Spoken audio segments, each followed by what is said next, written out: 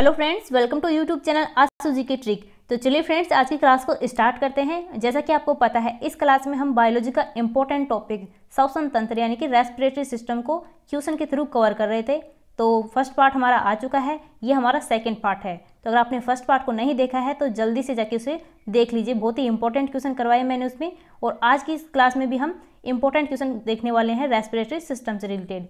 तो चलिए जल्दी से आज की क्लास को स्टार्ट करते हैं और मेरे साथ क्लास के एंड तक बने रहिएगा, क्योंकि सारे क्वेश्चन इंपॉर्टेंट क्वेश्चन हैं, हाई लेवल के क्वेश्चन हैं और इन्हें हम पूरी डिटेल के साथ में देखने वाले हैं। तो मेरे साथ एंड तक बने रहिएगा। चलिए स्टार्ट करते हैं। उससे पहले आप चैनल पर नए हैं तो चैनल को जरूर सब्सक्राइब कर लेना और बेल आइकन को प्रेस कर लेना। ओके गाइज, तो चलिए अब स्टार्ट करते हैं। देखते हैं हमारा आज का फर्स्ट क्वेश्चन। जब रक्त में ऑक्सीजन की सांद्रता में कमी आती है तो श्वास की गति में क्या परिवर्तन होता है? तो आपको बताना है, जो ब्लड होता है, रक्त होता है, उसमें जब ऑक्सीजन की सांद्रता में कमी हो जाती है तो जो सांस लेने की गति होती है, स्पीड होती है, उसमें क्या चेंज होता है? तो आप बताइए अपना आंसर क्या होगा।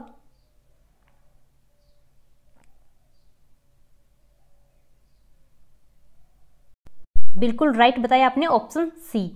आपका ऑप्शन सी बिल्कुल राइट है, बढ़ जाती है। जब रक्त में ऑक्सीजन की सांद्रता होती है वो कम होती है तो जो सांस लेने की गति होती है वो बढ़ जाती है। तो ऑप्शन यहाँ पर सी आपका बिल्कुल राइट है। अब देखिए, जब हम पहाड़ पर जाते हैं तो वहाँ पर जो O2 होती है यानी कि ऑक्सीजन होती है, उसका घनत्व कम होने लगता है, उसकी डेंसिटी कम होने लगती है, जिसकी वजह से एक बीमारी होती है। बीमारी का नाम क्या है? वो है हाइपोक्सीमिया। क्या नाम है? हाइपोक्सीमिया। आपको ध्यान रखना है, क्योंकि क्वेश्चन पूछा जाता है कि रक्त में ऑक्सीजन की कमी से कौन सी बीमारी होती है, तो ये होती है हाइपोक्सीमिया। ओके।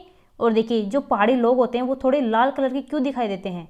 इसका रीज़न क्या है? क्योंकि ऊंचाई पर जो होती है वो ऑक्सीजन की कमी होती है, जिसकी वजह से उनके शरीर में जो आरबीसी होती है, रेड ब्लड सेल होती हैं, उनकी संख्याएं बढ़ जाती हैं, जिसकी वजह से वो थोड़े लाल दिखाई देते हैं। तो ऑप्शन यहाँ पर आपका जो सी है वो बिल्कुल राइट हो जाएगा।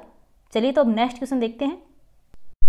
तो नेक्स्ट क्वेश्चन हमारा, कोशिकीय श्वसन कोशिका के अंदर कितने चक्रों में पूरा होता है? तो आपको बताना है, यहाँ पर अपना आंसर बताइए क्या होगा।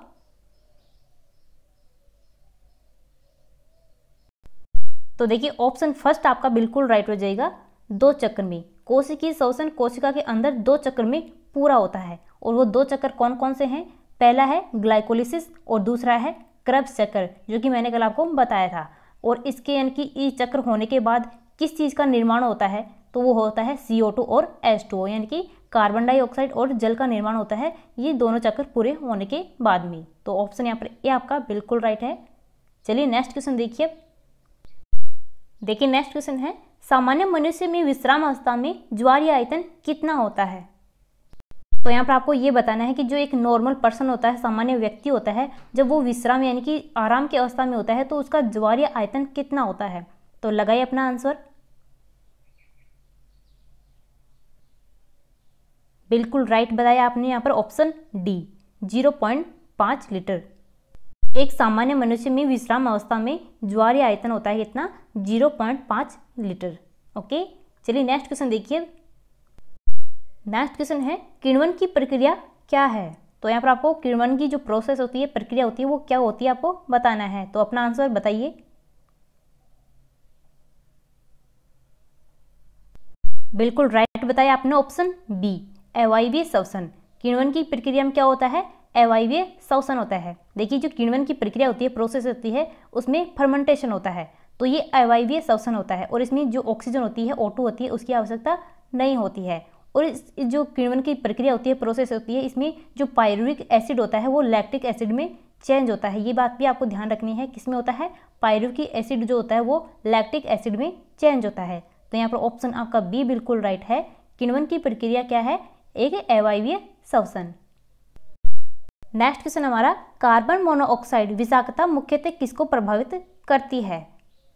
तो आपको बताना है, जो कार्बन मोनोऑक्साइड होता है, यानी कि जो जिसको CO के द्वारा प्रेजेंट किया जाता है, तो इसकी विषाक्तता होती है वो किस पर प्रभाव डालती है, यानी कि इसको इफेक्टिव करती है।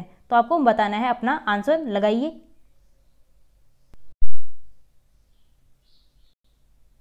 तो देखिए, यहाँ पर ऑप्शन डी आपका बिल्कुल राइट हो जाएगा, रक्त की ऑक्सीजन वहन करने की क्षमता को प्रभावित करता है।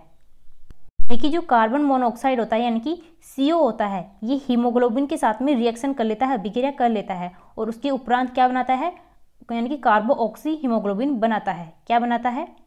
कार्बोक्सी हीमोग्लोबिन, जो कि बहुत ज़्यादा विषाक्त होता है, जो कि रक्त की यानी कि जो रक्त की ऑक्सीजन ले जाने की क्षमता होती है उसको कम कर देता है, उसको घटा देता है।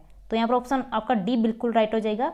कार्बन मोनोऑक्साइड विषाक्तता के कारण जो प्रमुख यानी कि किसको प्रभावित करता है, ये करता है रक्त की ऑक्सीजन को वहन करने की क्षमता को।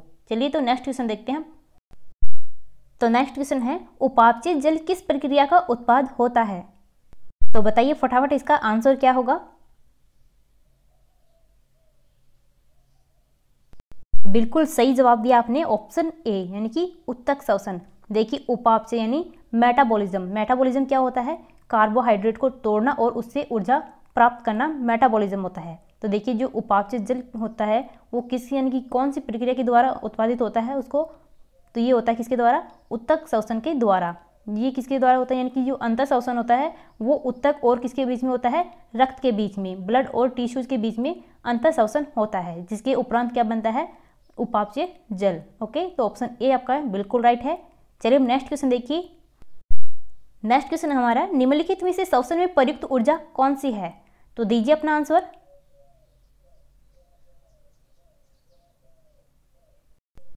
तो देखिए इसका राइट आंसर है ऑप्शन डी, रासायनिक ऊर्जा यानी कि केमिकल एनर्जी। श्वसन में प्रयुक्त ऊर्जा कौन सी होती है? जो केमिकल एनर्जी होती है, रासायनिक ऊर्जा होती है, उसका यूज किया जाता है।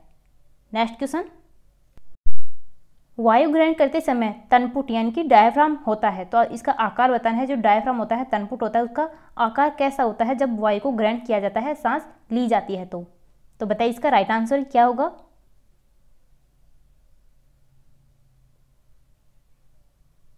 बिल्कुल करेक्ट आंसर दिया आपने, ऑप्शन ए यानी कि चपटा। वायु ग्रहण करते समय जो तनपुट होता है, डायफ्राम होता है, उसका जो आकार होता है वो चपटा हो जाता है। कैसा हो जाता है? चपटा हो जाता है। तो ऑप्शन ए आपका यहाँ पर बिल्कुल राइट हो जाएगा। तो चलिए अब नेक्स्ट क्वेश्चन देख लेते हैं। तो देखिए नेक्स्ट क्वेश्चन है, फेफड़ों में गैस धारण करने की अधिकतम क्षमता कितनी होती है? तो यहाँ पर आपको मैक्सिमम कैपेसिटी बतानी है। जो फेफड़े होते हैं उनमें जो गैस होती है उसको धारण करने की अधिकतम क्षमता कितनी होती है, कैपेसिटी कितनी होती है? तो बताइए इसका करेक्ट आंसर क्या होगा।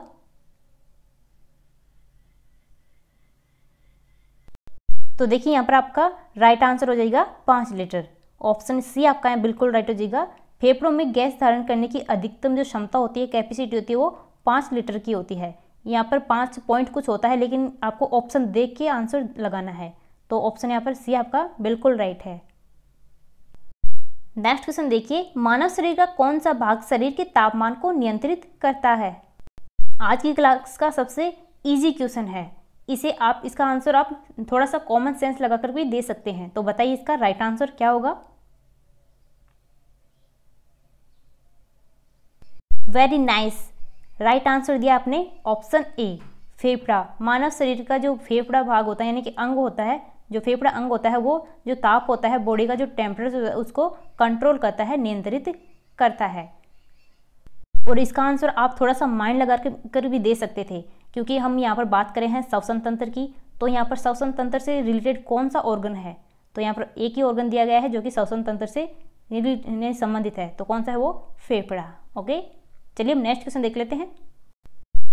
तो देखिए नेक्स्ट क्वेश्चन है, उच्छ्वसन के समय सीटी की आवाज़ आना कौन से रोग की पहचान है? यहाँ पर आपको ये बताना है, जब हम उच्छ्वसन करते हैं यानी कि सांस को छोड़ते हैं, तो उस समय जो सीटी की आवाज़ आती है वो एक रोग की वजह से आती है। तो उस रोग को बताना है कौन सा है। तो लगाइए अपना आंसर यहाँ पर।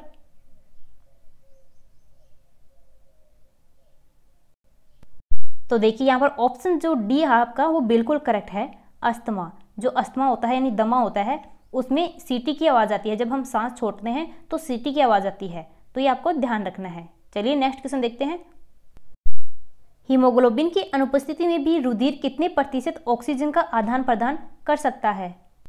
तो लगाइए अपना माइंड और दीजिए इसका आंसर। जो हीमोग्लोबिन होता है जब वो अब्सेंट होता है, अनुपस्थित होता है, फिर भी जो रुधिर होता है, ब्लड होता है, उसके द्वारा कितने प्रतिशत जो ऑक्सीजन है उसका आदान प्रदान हो सकता है?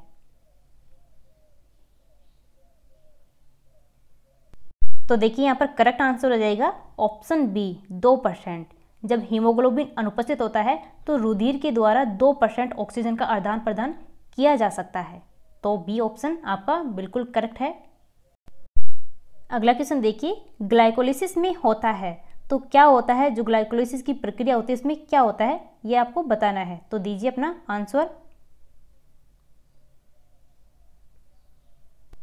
तो देखिए इसका जो करेक्ट ऑप्शन है वो है कौन सा, ऑप्शन डी। ग्लूकोज के 6 कार्बन का पायरुवेट के 3 कार्बन में ऑक्सीकरण होता है। किसमें होता है, ग्लाइकोलाइसिस की प्रक्रिया में। किसका होता है, ग्लूकोज के 6 कार्बन का किसमें होता है, पायरुवेट के 3 कार्बन में इसका ऑक्सीकरण होता है। तो ऑप्शन यहाँ पर डी आपका राइट हो जाएगा। चलिए तो नेक्स्ट क्वेश्चन देखिए, वायुमंडलीय ऑक्सीजन को फेफड़ों में ग्रहण करना और शरीर की कार्बन डाइऑक्साइड गैस को वायुमंडल में मुक्त करने की क्रिया को क्या कहा जाता है। अगर आपने फर्स्ट क्लास देखी है तो आप इसका आंसर इजीली बता सकते हैं। तो बताइए इसका करेक्ट आंसर क्या होगा। आप इसका आंसर लगाइए, तब तक मैं आपको इसके बारे में थोड़ा समझाती हूँ। तो देखिए यहाँ पर 2 प्रोसेस हो रही हैं। कौन सी हो रही हैं, एक तो ऑक्सीजन को फेफड़ों के अंदर ग्रहण कर रहा है और दूसरा जो शरीर की कार्बन डाइऑक्साइड है उसको बाहर निकाल रहा है। तो यहाँ पर 2 प्रोसेस हो रही हैं। और कल मैंने आपको 2 नाम बताए थे, कौन कौन से थे, उच्छ्वसन और निःश्वसन। कौन कौन से थे, उच्छ्वसन और निःश्वसन। तो देखिए उच्छ्वसन में क्या होता है, तो उसमें सांस को बाहर छोड़ा जाता है और बाहर हम कौन सी गैस को छोड़ते हैं, कार्बन डाइऑक्साइड को। और जो निःश्वसन होता है उसमें हम जो ऑक्सीजन होती है उसको अंदर लेते हैं, यानी कि सांस लेते हैं, तो उसको बोला जाता है निःश्वसन। तो हम इन दोनों वर्ड को एक साथ मिला देंगे तो कौन सा वर्ड बनेगा वो आपको यहाँ पर बताना है। तो बताइए इसका राइट आंसर क्या है। तो देखिए इसका बी ऑप्शन आपका बिल्कुल राइट हो जाएगा, श्वासोच्छ्वासन। क्या बोला जाता है, श्वासोच्छ्वास। तो यहाँ पर ऑप्शन बी आपका बिल्कुल राइट है। चलिए अब नेक्स्ट क्वेश्चन देखते हैं।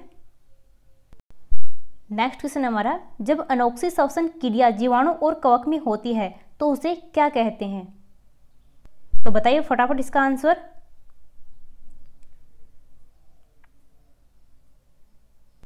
तो देखिए इसका जो राइट आंसर है वो है ऑप्शन ए, किण्वन। जब यानी अनोक्सी श्वसन होता है किसमें होता है, जीवाणु और कवक में, तो उसे बोला जाता है किण्वन। ये आपको ध्यान रखना है, ऑप्शन ए आपका राइट हो जाएगा। और देखिए जो किण्वन की क्रिया होती है, प्रोसेस होती है, उसके द्वारा श्राव तथा सिरके का निर्माण होता है। साथ ही ये भी आपको ध्यान रखना है। ओके, चलिए नेक्स्ट क्वेश्चन देखते हैं। तो देखिए नेक्स्ट क्वेश्चन हमारा, रक्त में ऑक्सीजन को पकड़ने का कार्य कौन करता है। तो बताइए इसका राइट आंसर क्या होगा। यानी जो ब्लड होता है, रक्त होता है, उसमें जो ऑक्सीजन होती है उसको पकड़ने यानी कि ले जाने का कार्य कौन करता है। बिल्कुल राइट आंसर दिया आपने, ऑप्शन बी यानी कि हीमोग्लोबिन। जो हीमोग्लोबिन होता है वो रक्त में ऑक्सीजन को पकड़ने का कार्य करता है। तो देखिए हमारे शरीर यानी कि हमारे जो फेफड़े होते हैं, लंग होते हैं, उनमें जो हवा आती है उसको यानी कि किसके द्वारा आदान प्रदान किया जाता है, तो वो एल्वोलाइज जो होती हैं, वायु कुप्पिकाएँ जो होती हैं, उसके द्वारा उसका आदान प्रदान किया जाता है, जिसमें यानी कि CO2 और O2 का आदान प्रदान होता है। और ये किसके द्वारा होता है, कौन सी विधि के द्वारा होता है, तो ये विसरण विधि के द्वारा होता है। और इसे पकड़ने का काम कौन करता है, तो वो करता है हीमोग्लोबिन। तो ऑप्शन यहाँ पर बी आपका राइट है। चलिए नेक्स्ट क्वेश्चन देखते हैं। तो देखिए नेक्स्ट क्वेश्चन है, ऑक्सीजन की अनुपस्थिति में अनोक्सी श्वसन होता है, इसमें कार्बोहाइड्रेट का अपघटन किस में होता है। तो देखिए यहाँ पर आपको ये बताना है, जब अनोक्सी श्वसन होता है यानी कि वायु की अनुपस्थिति में जो श्वसन होता है उसमें कार्बोहाइड्रेट का अपघटन किस में होता है। तो दीजिए इसका बिल्कुल राइट आंसर।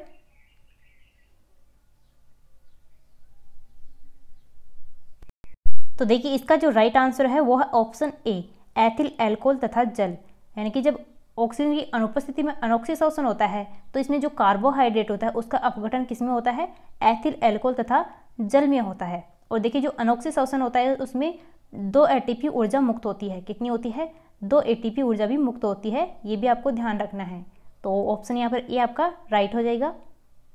तो देखिए नेक्स्ट क्वेश्चन है, मानव शरीर में ऑक्सीजन का अभिगमन होता है। तो यहाँ पर आपको क्रम बताना है कि जो हमारे शरीर में जो ऑक्सीजन होती है उसका परिवहन किस तरह से होता है। तो यहाँ पर आपको क्रम बताना है। तो दीजिए इसका राइट आंसर।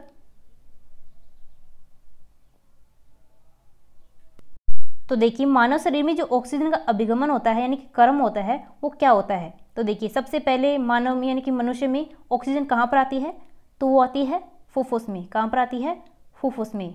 उसके बाद कहाँ पर जाती है, तो वो जाती है रक्त में। कहाँ पर जाती है, रक्त में। और रक्त के बाद में कहाँ पर जाती है ऑक्सीजन, तो वो कहाँ पर जाती है, वो जाती है उत्तक के पास में। तो यहाँ पर ऑप्शन आपका सी बिल्कुल राइट हो जाएगा, 2, 1, 3। कौन सा है, पहले आती है फुफ्फुस में, उसके बाद जाती है रक्त में और उसके बाद जाती है कहाँ पर, उत्तक यानी टिश्यूज में।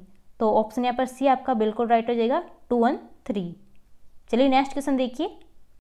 नेक्स्ट क्वेश्चन है आपके लिए, वायुमंडल हवा में ऑक्सीजन की मात्रा कितनी होती है? तो ये बहुत ही इजी क्वेश्चन है, बताइए इसका राइट आंसर क्या होगा।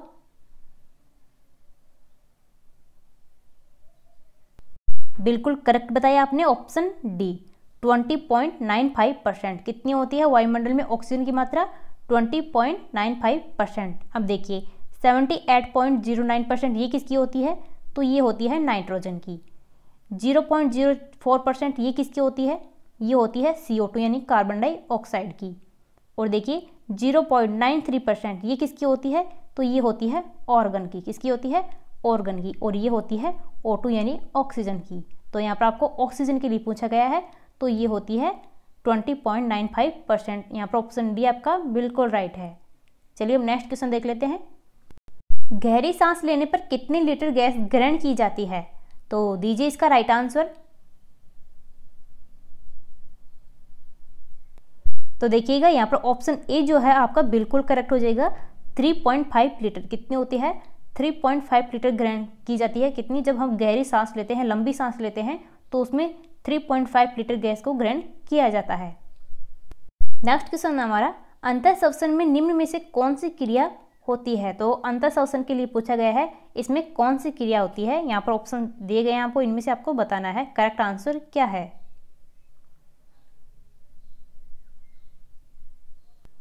तो देखिए आपका फर्स्ट ऑप्शन क्या है? ऊतकों में रुधिर द्वारा O2 लेना। बिल्कुल करेक्ट है, क्योंकि जो अंतःश्वसन होता है वो किस में होता है? तो ऊतकों और यानी जो रक्त होता है, ब्लड होता है, उसके बीच में होता है अंतःश्वसन। तो ये आपका ऑप्शन ए जो है वो बिल्कुल राइट है। नेक्स्ट देखिए, नेक्स्ट है ऊतकों की CO2 का स्थिरीकरण। ये भी आपका राइट है। और नेक्स्ट देखिए, ऊतकों में भोजन का ऊर्जा जल एवं CO2 हेतु ऑक्सीकरण करना। ये भी आपका बिल्कुल राइट है। तो यहाँ पर ऑप्शन डी जो है आपका वो बिल्कुल करेक्ट हो जाएगा। उपरोक्त सभी, ये सभी क्रियाएं होती हैं किसमें? अंतःश्वसन में। तो ऑप्शन यहाँ पर डी आपका राइट है। चलिए अब नेक्स्ट क्वेश्चन देख लेते हैं। तो देखिए अगला क्वेश्चन है, फेफड़ों की कुल क्षमता कितनी होती है? तो यहाँ पर कैपेसिटी बतानी है आपको, जो लंग होते हैं, फेफड़े होते हैं, उनकी कैपेसिटी कितनी होती है? तो दीजिए अपना राइट आंसर।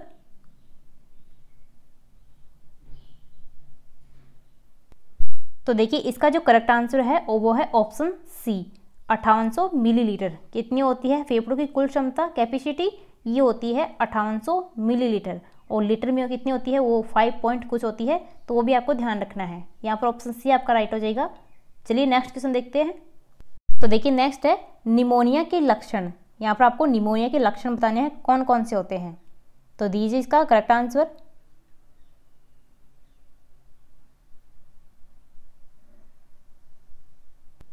तो देखिए पहले तो आपको ये पता होना चाहिए जो निमोनिया है ये कौन सी बीमारी है। तो जो निमोनिया ये बैक्टीरियल बीमारी है, बैक्टीरिया के द्वारा होने वाली एक बीमारी है। अब यहाँ से क्वेश्चन ये पूछा जाता है कि ये कौन से बैक्टीरिया से होता है? जो निमोनिया होता है ये कौन से बैक्टीरिया के द्वारा होता है? बैक्टीरिया का नाम पूछा जाता है। तो बताइए इसका नाम क्या है बैक्टीरिया का। तो देखिए बैक्टीरिया का नाम है स्ट्रेप्टोकोकस न्यूमोनी बैक्टीरिया। क्या नाम है? Streptococcus pneumoniae bacteria. आपको नाम ध्यान रखना है। ओके, तो यहाँ पर आपका जो राइट आंसर है वो है ऑप्शन सी, ए एवं बी दोनों।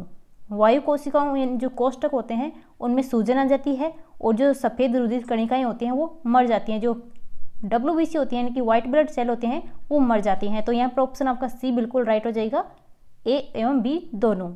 चलिए नेक्स्ट क्वेश्चन देखते हैं। तो देखिए नेक्स्ट है अनोक्सी श्वसन का अंतिम उत्पाद कौन सा होता है? तो बताइए इसका करेक्ट आंसर क्या होगा। तो बिल्कुल करेक्ट बताया आपने, पायरुविक अम्ल। ऑप्शन यहाँ पर बी आपका बिल्कुल राइट है। पायरुविक अम्ल होता है इसका अंतिम उत्पाद। किसका होता है? अनोक्सी श्वसन का। और जो अनोक्सी श्वसन होता है उसमें 2 ATP ऊर्जा मुक्त होती है। ये अभी मैंने आपको बताया था। ओके, चलिए नेक्स्ट क्वेश्चन देखते हैं। अगर उससे पहले अगर आपको वीडियो अच्छा लग रहा है तो उसको लाइक और शेयर करना बिल्कुल भी नहीं भूलना है। और आई होप कि आपने वीडियो एंड तक मेरे साथ बने रहेंगे। चलिए तो नेक्स्ट क्वेश्चन देख लेते हैं। नेक्स्ट क्वेश्चन हमारा, सीमेंट की फैक्ट्री में मजदूरों को कौन सी बीमारी होने की संभावना रहती है? तो लगाइए फटाफट इसका आंसर। तो देखिए यहाँ पर ऑप्शन बी जो है आपका बिल्कुल करेक्ट हो जाएगा। साइटोसिलिकोसिस क्या होती है? साइटोसिलिकोसिस जो बीमारी होते हैं ये होने की संभावना होती है। जो मजदूर फैक्ट्री यानी सीमेंट की फैक्ट्री में काम करते हैं उनको साइटोसिलिकोसिस जो बीमारी होती है वो होने का खतरा होता है, संभावना होती है। तो यहाँ पर ऑप्शन बी आपका राइट है। नेक्स्ट क्वेश्चन देखिए, क्रेब्स चक्र में किसका संश्लेषण होता है? तो क्रेब्स चक्र में बताना आपको किसका संश्लेषण होता है, किसका उत्पादन होता है। तो बताइए इसका राइट आंसर क्या होगा।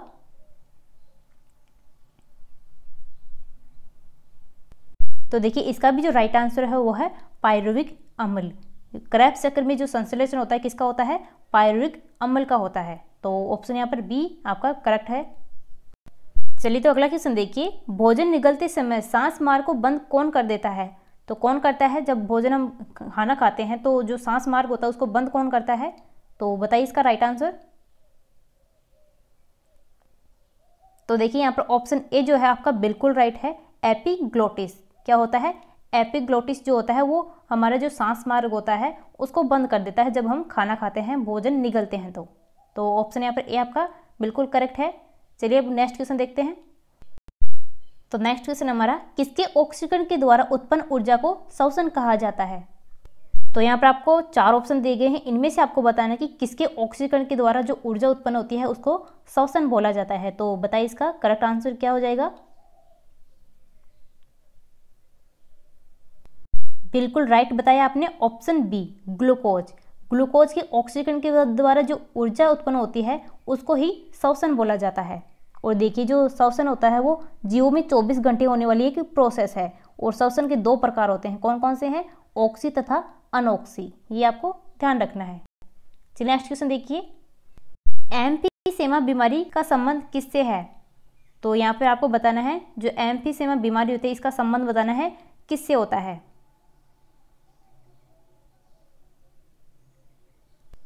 तो देखिए यहाँ पर करेक्ट आंसर हो जाएगा ऑप्शन सी, फेफड़े। जो एम्फीसेमा बीमारी होती है ये फेफड़ों से संबंधित एक बीमारी होती है। नेक्स्ट क्वेश्चन देखते हैं और आज का हमारा लास्ट क्वेश्चन है। तो देखिए निम्न में से किसमें प्रत्यक्ष श्वसन होता है? तो यहाँ पर आपको प्रत्यक्ष श्वसन के लिए पूछा गया है कि प्रत्यक्ष श्वसन किसमें होता है। तो यहाँ पर आपको दिया गया है स्लेंट्रेटा, उभयचर, सरीसृप और पक्षी। इनमें से आपको बताना है कि इसमें से प्रत्यक्ष श्वसन किसमें होता है। तो दीजिए यहाँ पर आपका राइट आंसर।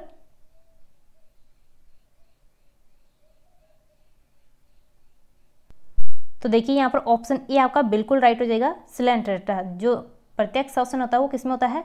स्लेंट्रेटा में। और जो अप्रत्यक्ष श्वसन होता है वो किसमें होता है? तो वो मनुष्य, जितने भी मनुष्य होते हैं, मैमल्स होते हैं, उनमें अप्रत्यक्ष श्वसन होता है। किसके द्वारा? फेफड़े त्वचा के माध्यम से अप्रत्यक्ष श्वसन होता है। और जो प्रत्यक्ष श्वसन होता है वो कुछ ऑर्थोपोड्स में होता है, कुछ पादपों में होता है, जिसका एग्जाम्पल क्या है? स्लेंट्रेटा। तो यहाँ पर ऑप्शन ए आपका बिल्कुल राइट है, प्रत्यक्ष श्वसन किसमें होता है?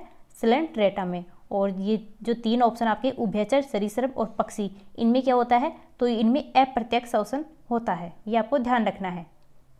तो फ्रेंड्स आज की क्लास को करते हैं यहीं पर कंप्लीट।